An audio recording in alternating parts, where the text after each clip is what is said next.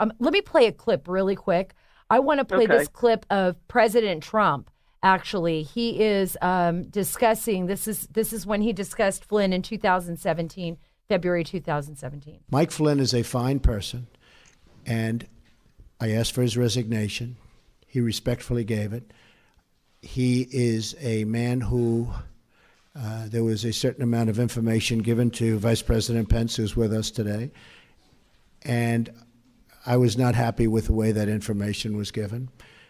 He didn't have to do that because what he did wasn't wrong. What he did in terms of the information, when I looked at the information, I said, I don't think he did anything wrong. If anything, he did something right. He was coming into office. He looked at the information. He said, that's fine. That's what they're supposed to do. They're supposed to be, and he didn't just call Russia. He called and spoke to both ways. I think there were 30 some odd countries. He's doing the job. You know, he was just doing his job. The thing is, he didn't tell our vice president properly, and then he said he didn't remember.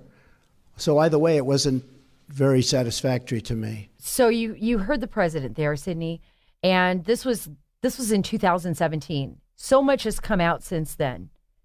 And we know now, based on evidence, based on testimony provided by people, based on the FBI itself, that the FBI agents didn't even think he was lying.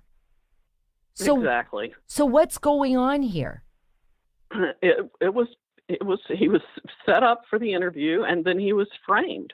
We found substantial modifications of the FBI's 302, their report of the interview, that were made particularly between the nights of February 10 and February 11, which is right before Flynn left the White House. That's also when the news broke. They had briefed Mr. Vice President Pence, and the news broke that Flynn had told him something different.